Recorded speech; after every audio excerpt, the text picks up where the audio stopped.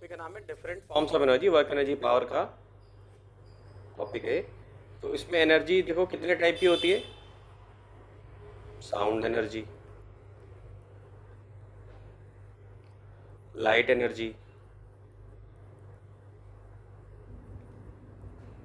Mechanical energy, muscular energy.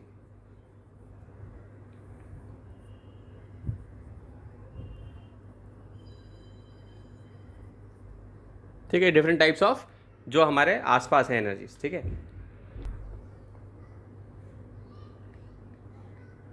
E is equal to M C square, ये energy है इसमें, ये मास है, ये स्पीड ऑफ लाइट है।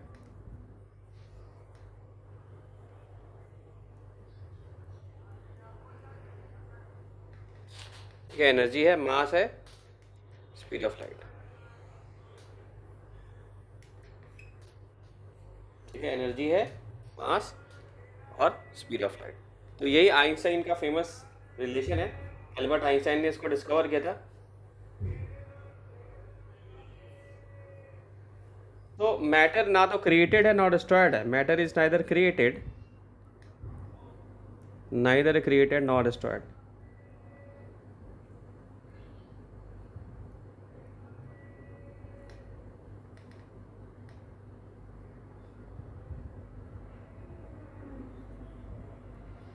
Similarly, is neither created। और बहुत गहरी बात है ये कि मैटर को ना तो किसी ने क्रिएट किया ना कोई इसको डिस्ट्रॉय कर, केवल ट्रांसफॉर्म होता है एक फॉर्म से दूसरे फॉर्म में। और हम ये नहीं जानते कि कैसे यूनिवर्स बना है, एनर्जी कहाँ से आई, एनर्जी को किसने बनाया। इन सवालों के उत्तर हमारे पास नहीं है, यानी हम कुछ भी नहीं जानते इन सब चीज़ों के बारे में। सो एनर्जी नाइदर क्रिएटेड, केवल हमें क्या दिख रहा है, मैनिफेस्टेशंस दिख रहे हैं, यानी एक फॉर्म से दूसरे फॉर्म में कन्वर्जन हो रहा है। एनर्जी ट्रांसफॉर्म हो रही है, मैटर भी ट्रांसफॉर्म हो रहा है। ठीक, लेकिन एनर्जी का स्रोत क्या है, ओरिजिनल स्रोत क्या है, कहाँ से आई है, इसके बारे में किसी का आंसर नहीं है। So neither created nor destroyed.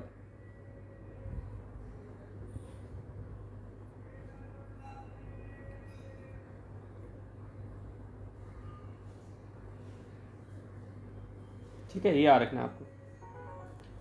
फिर हीट एनर्जी भी होती है,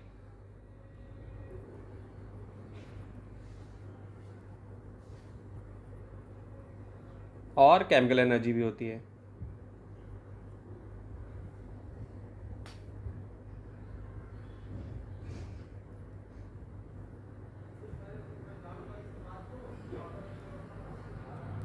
ठीक है, हीट एनर्जी भी होती है और केमिकल एनर्जी भी होती है।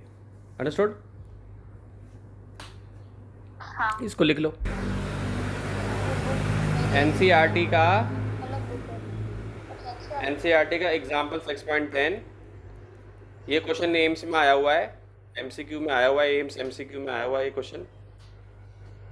ठीक, क्वेश्चन में क्या है, थोड़ा बायोलॉजिकल आंसर देना हमें कि जैसे डीएनए होता है ना, उसमें ए टी के साथ बाइंडेड होता है और जी सी के साथ होता है, A T G C binding होती है ऐसे। ठीक, तो इस बॉन्ड को अगर हम ब्रेक करेंगे, एक बॉन्ड को ब्रेक करेंगे, तो हमें हाउ मच एनर्जी रिक्वायर्ड।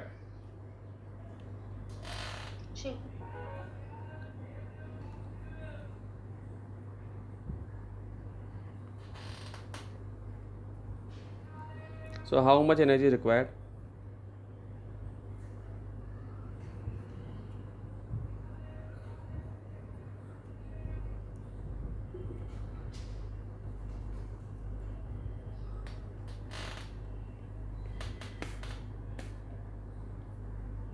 ठीक है, कैसे कैलकुलेट करोगे इसको?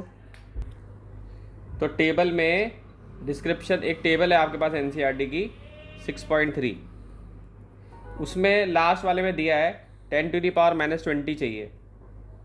ठीक, जूल्स है, तो उसको इलेक्ट्रॉन वोल्ट में कन्वर्ट करना है। तो इलेक्ट्रॉन वोल्ट में कन्वर्ट करना है तो आप इसको किससे डिवाइड कर दोगे, 1.6 इंटू 10⁻⁻19, क्योंकि इसी से कन्वर्ट करने से हमें एनर्जी पता चलेगी। इलेक्ट्रॉन वोल्ट में हमें लेना है, तो ये क्या हो जाएगा,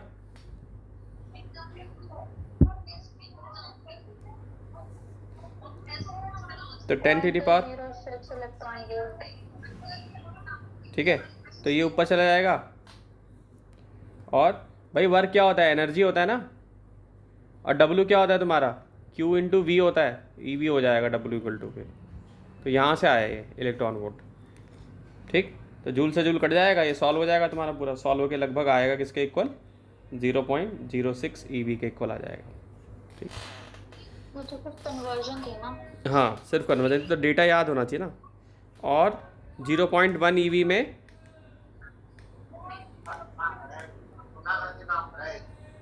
100 में एम होता है।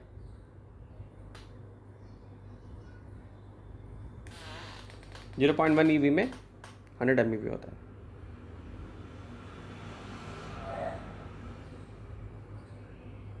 ठीक है। इसको लिख लो, एयर मॉलिक्यूल में, इसमें भी हमें सेम इसको 1.60 × 10⁻17 से डिवाइड कर देना है।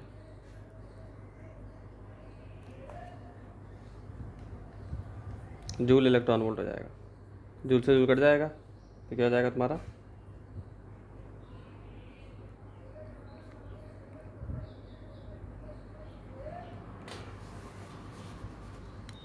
62 ईवी।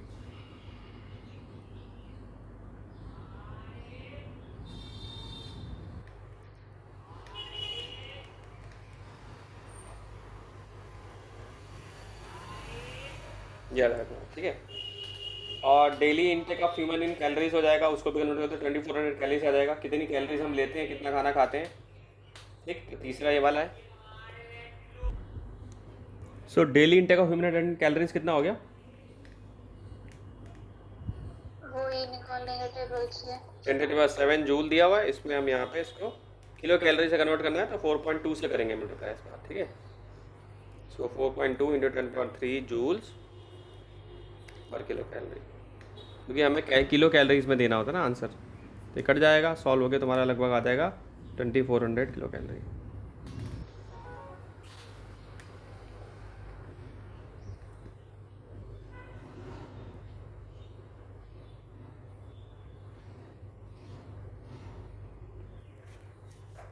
ये हो जाएगा 2400 किलो कैलोरीज, ओके। हाँ।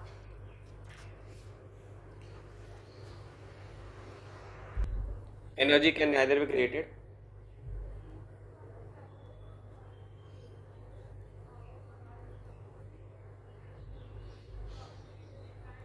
be created nor destroyed,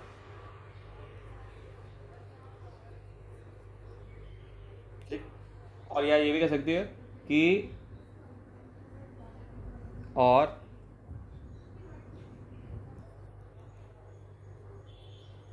energy को हम ट्रांसफॉर्म कर सकते हैं from one form to another.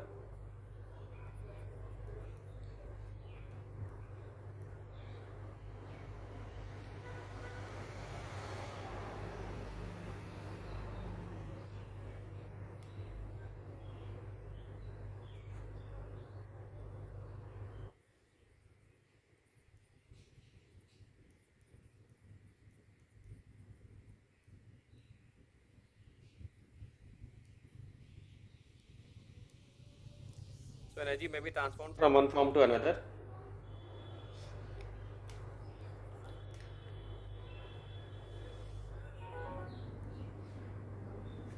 But the total energy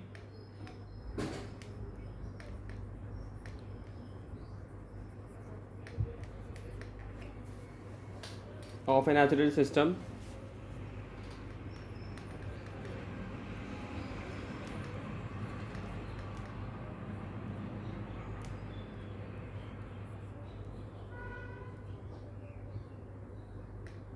remains constant.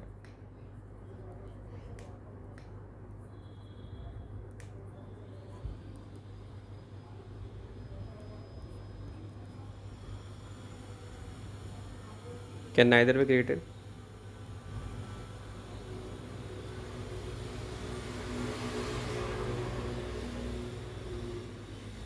nor destroyed.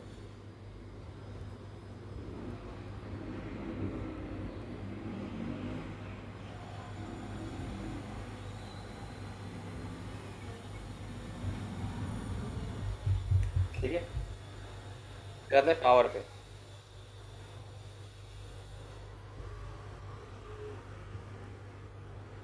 Power क्या चीज़ है?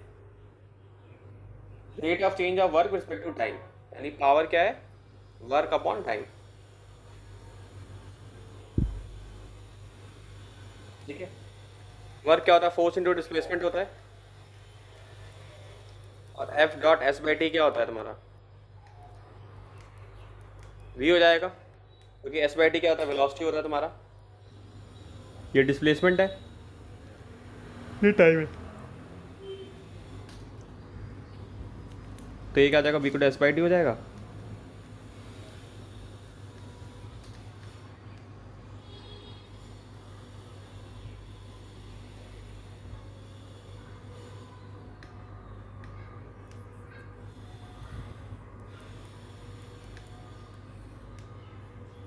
ये एफ डॉट वी हो जाएगा। अंडरस्टूड? इसमें कुछ यूनिट्स याद रखो। सर हो गया। कुछ यूनिट्स याद रखो। 1 हाउस पावर होता है 746 वाट, और 100 वाट 3.6 जूल्स भी ले सकते हैं। 1 किलो वाट आर को कितना क्या ले सकते हैं हम?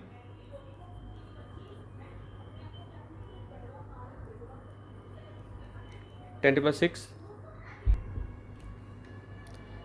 आर इक्वल टू कितना हो जाएगा? 10⁻3 वाट इंटू 3600 सेकेंड्स हो जाएगा। तो ये यूनिट कुछ याद रखनी है आपको। अब आते हैं इसी टॉपिक पे एग्जाम्पल 6.11।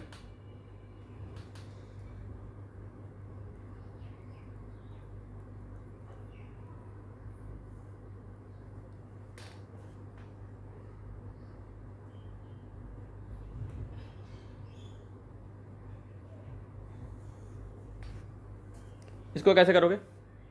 कह रहे कि एलिवेटर है,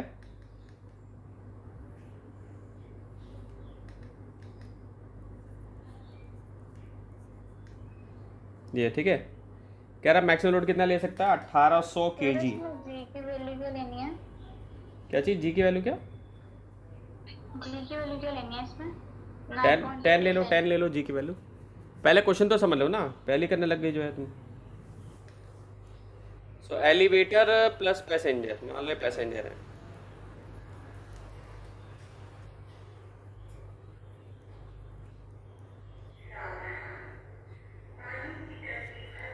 पता नहीं कैसे निकाल दिया। अब देखो इधर देखो, फोर्स ऊपर लग रही है ना,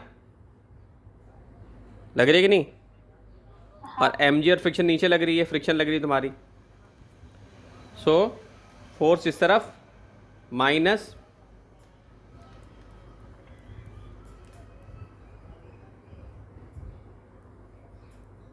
एक्सेलरेशन यहाँ पे ज़ीरो है, ये ज़ीरो हो जाएगा। ठीक आ जाएगा फोर्स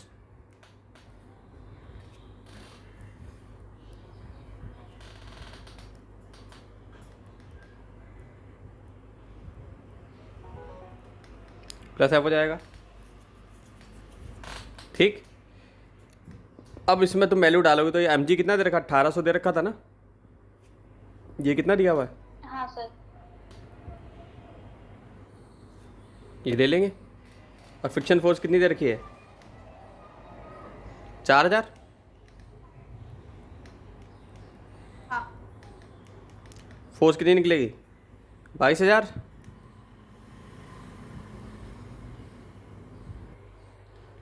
इसको 10 से भी मल्टीप्लाई करना पड़ेगा ना,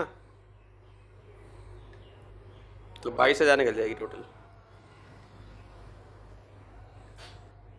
और ये 4000 था पूरा, ये कितना रहा? 4000 था ना फ्रिक्शनल फोर्स।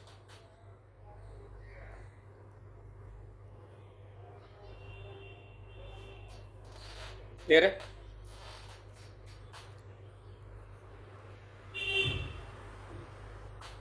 हाँ सर।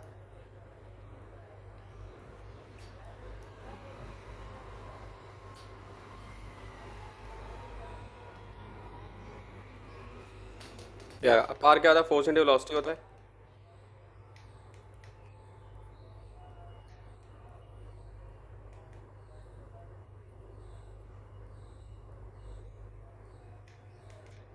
फोर्स कितना है? वेलोसिटी कितनी है? 2।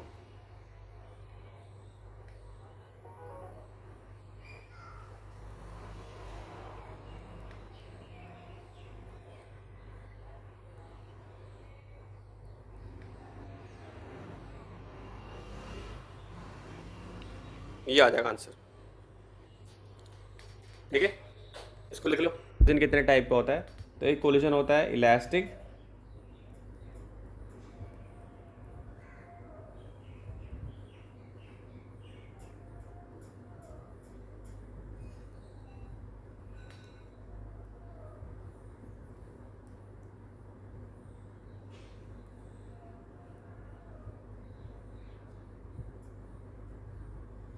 ठीक है, इलास्टिक और इनइलास्टिक।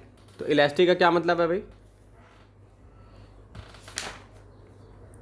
इलास्टिक का क्या मतलब है, बताओ। इलास्टिक का जिसमें कोई काइनेटिक एनर्जी लॉस ना हो। अच्छा, रबड़ इलास्टिक है क्या?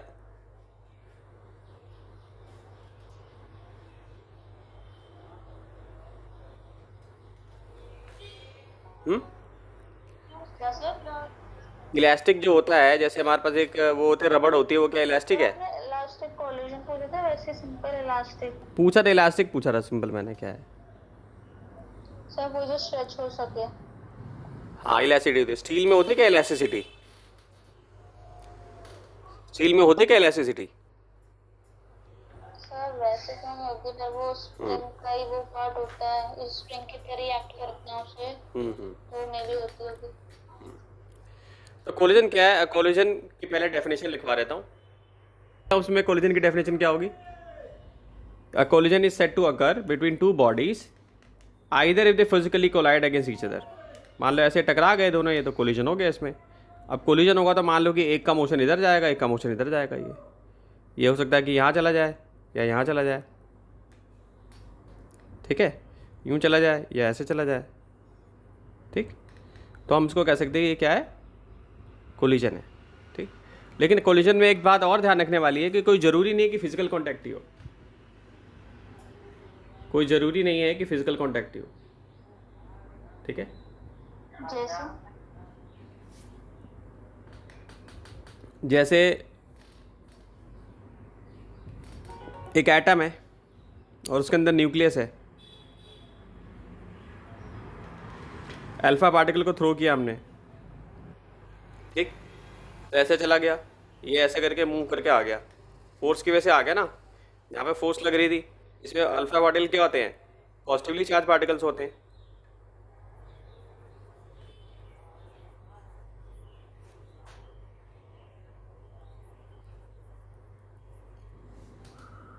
सर के मतलब कि रिपेल कर क्या होता है? हाँ, पॉजिटिवली चार्ज पार्टिकल होते हैं। तो जब ये इससे टकरा कर इधर आएगा तो देखो फिजिकली को तो कांटेक्ट नहीं हुआ ना इसका, कोई कोलिजन हो गया लेकिन। हाँ। तो इस सेंस में मैं कह रहा हूँ कि for a collision to take place,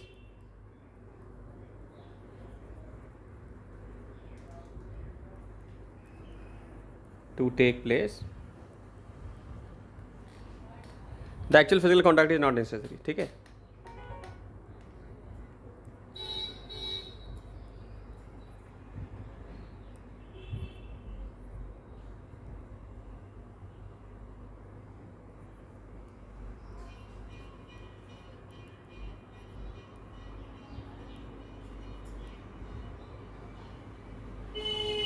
physical contact is not necessary।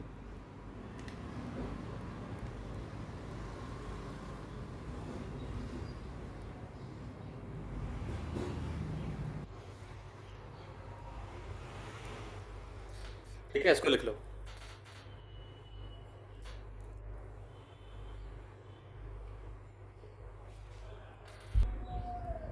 Momentum conserve रहता है। जितना मोमेंटम स्टार्टिंग में होगा उतना ही मोमेंटम लास्ट में होगा। Momentum is conserve.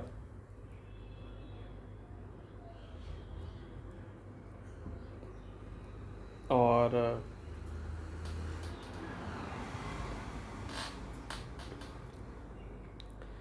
Second point, total energy is conserve.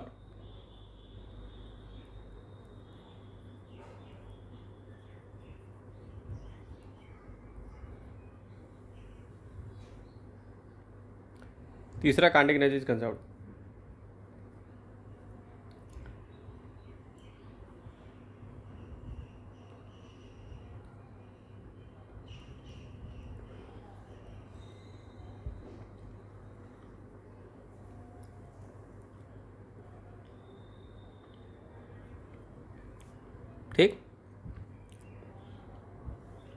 जो फोर्सेस इन्वॉल्व होंगी वो भी कंजर्वेटिव ही होंगी।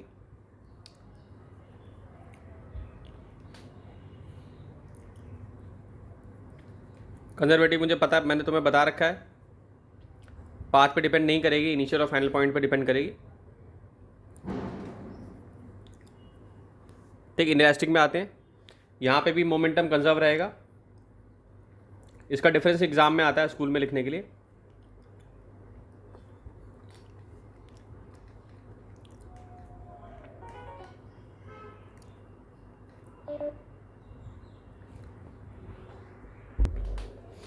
सो इस केस में क्या है, मोमेंटम कंजर्व रहेगा,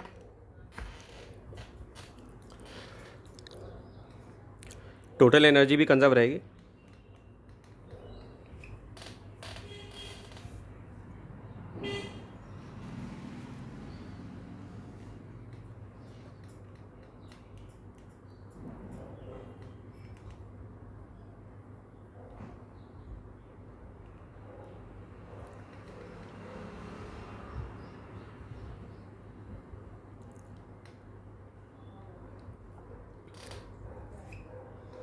फिर kinetic energy is not conserve, इसमें कंजर्व नहीं होती।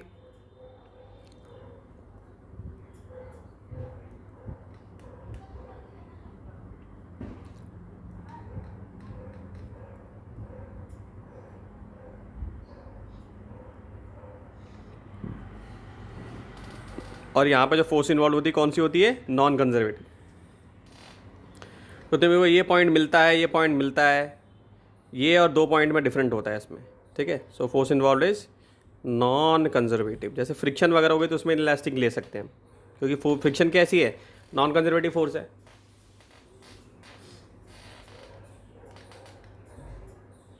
सर मैं इसमें इनका इलास्टिक कोलिजन पढ़ेंगे? बिल्कुल पढ़ेंगे,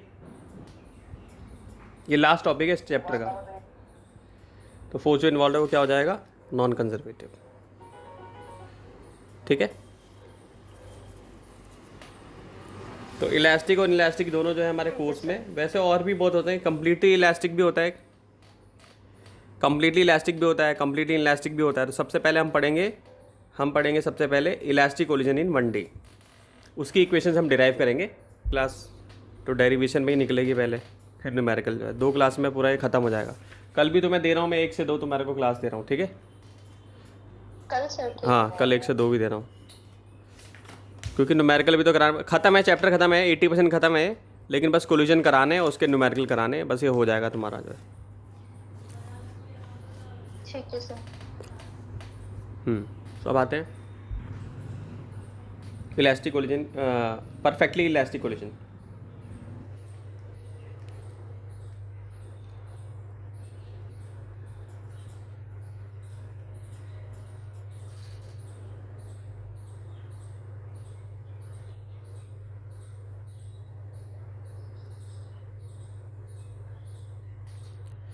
अगर मान लो 2 बॉडीज स्टिक टुगेदर हो जाते हैं after the collision and move as a single body with common velocity, यानी कि जैसे मान लो कि ये एक गाड़ी थी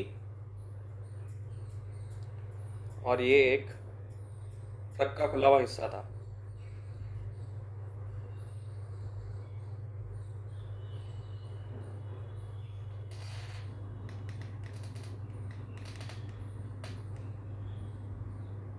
तो ये ऐसे मूव कर रहा है, जब कोलिजन हुआ तो ये इसमें धंस गया जाके।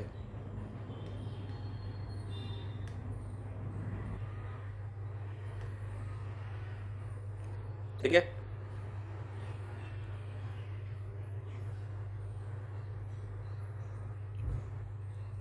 तो जब कभी ऐसा होगा तो हम कहेंगे परफेक्ट इलास्टिक है। तो ये अब क्या बन गए, सिंगल बॉडी बन गए।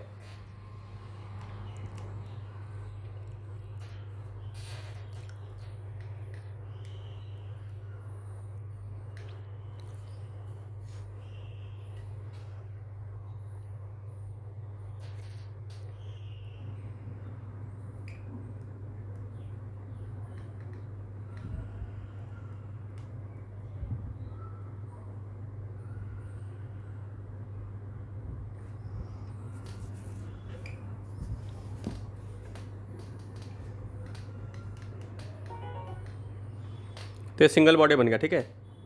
बॉडी ए बॉडी बी के साथ कोलाइड करा और क्या बन गया, ये बन गया सिंगल बॉडी, ठीक। तो जब कभी ऐसा होता है कि if two body stick together,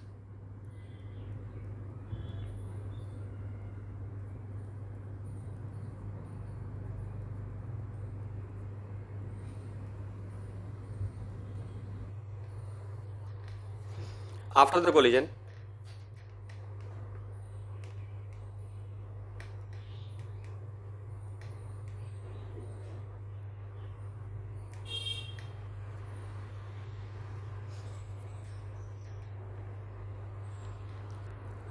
and move as a single body,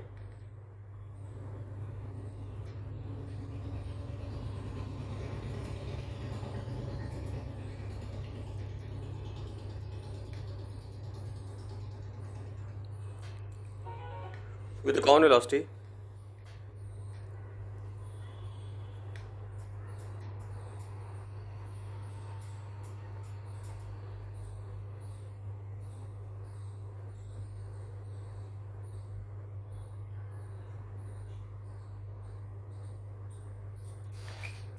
then the collision is said to be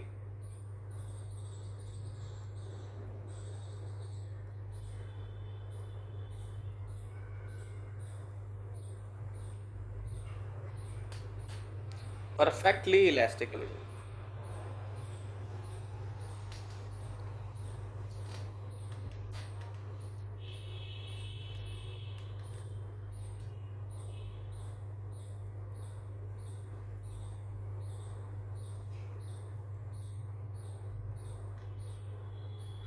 sir वैसे इनलास्टिक तो एक एग्जांपल ये भी होगा, एक तो मैंने ये भी बताया, mud thrown on a wall and sticking to it. और दूसरा एग्जांपल क्या है,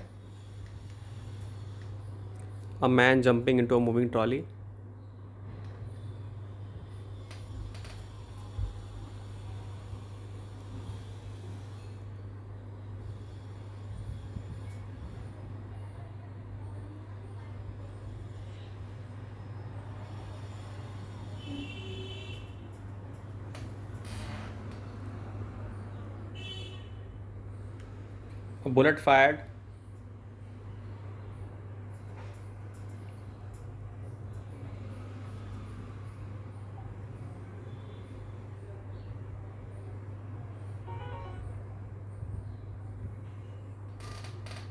A bullet fired into a wooden block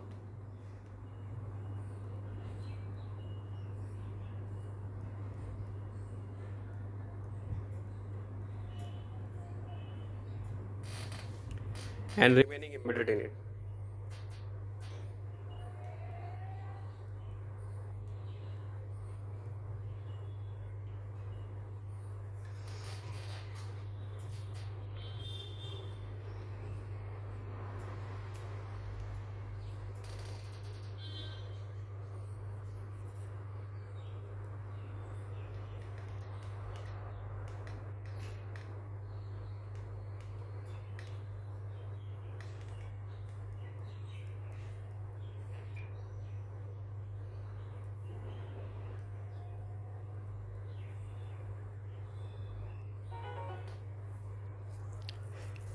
ठीक है।